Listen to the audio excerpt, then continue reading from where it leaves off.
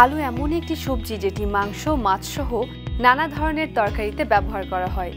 ভর্তা, ভাজি, চিপস সহ বিভিন্নভাবে রূপান্তর করে খাওয়া যায়। বিরিয়ানিতেও অনেকের চোখ থাকে ওই আলুর দিকে।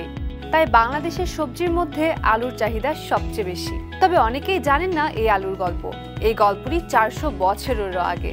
ধারণা করা হয় সপ্তদশ দশকের প্রথম দিকে পর্তুগিজ নাবিকরা প্রথম দীর্ঘ সমুদ্র পথে জাহাজ বোঝাই করে ভারতবর্ষে আলু নিয়ে আসে। তাদের মাধ্যমে ভারতের মানুষ প্রথম জানতে পারে আলুর বিষয়ে। কথিত আছে কেরালা রাজ্যের কোঝিকোড শহরের কালিকট বন্দরের শ্রমিকদের অন্যতম খাবার ছিল এই আলু।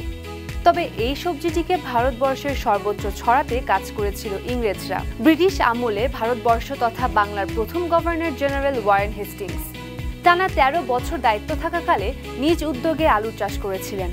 মূলত ভারতে কম দামে আলু চাষ করে ইউরোপে বিক্রি করতে চেয়েছিলেন ওয়ারেন হেস্টিংস। তার হাত ধরেই সমগ্র ভারতে আলু চাষ বিস্তার লাভ করে। ভারতে আলু চাষ সম্পর্কে প্রথম তথ্য মিলে 1847 সালে ইংল্যান্ড থেকে প্রকাশিত দ্য গার্ডেনিং মান্থলি ম্যাগাজিনে। ভারতে প্রথম আলু চাষ শুরু হয় উত্তরাখণ্ডের পাহাড়ি এলাকা নৈনিতালে। সেখান থেকে এই সবজির প্রবর্তন হয় মেঘালয় রাজ্যের চেরাপুঞ্জিতে। ওই সময়ে ব্রিটিশদের মাধ্যমে বাঙালি খাবারের তালিকায় আলুর প্রচলন হয়। ইতিহাসবিদদের একটি অংশ মনে করেন ভারতবর্ষে আলু জনপ্রিয়তা পায় মূলত সম্রাট জাহাঙ্গীরের আমলে। 1612 সালে মুঘল সম্রাট জাহাঙ্গীর ব্রিটিশ ইস্ট ইন্ডিয়া কোম্পানিকে ভারতবর্ষে বাণিজ্য কুঠি স্থাপনের অনুমতি দেন। তখন থেকে ভারতীয় উপমহাদেশে ইংরেজদের যাতায়াত শুরু হয়, আর সেখান থেকে এই অঞ্চলে আলুর আবির্ভাব। এরপর বাংলার সম্রাটদের মধ্যেও আলু ব্যাপক জনপ্রিয়তা পায়।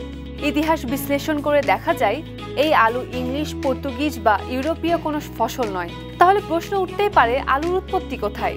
ক্যামব্রিজ ওয়ার্ল্ড হিস্ট্রি অফ ফুডের তথ্য মতে আজ থেকে 8000 বছর আগে দক্ষিণ আমেরিকার দেশ পেরুতে প্রথম আলু পাওয়া যায়। পেরুর ইন্টারন্যাশনাল পটেটো সেন্টারের সিনিয়র কিউরেটর রেনে গোমেজ মনে করেন লিমা থেকে প্রায় 1000 কিলোমিটার দক্ষিণ পূর্বে টিটিকাকা হ্রদের কাছে প্রথমে আলু চাষ শুরু হয়েছিল।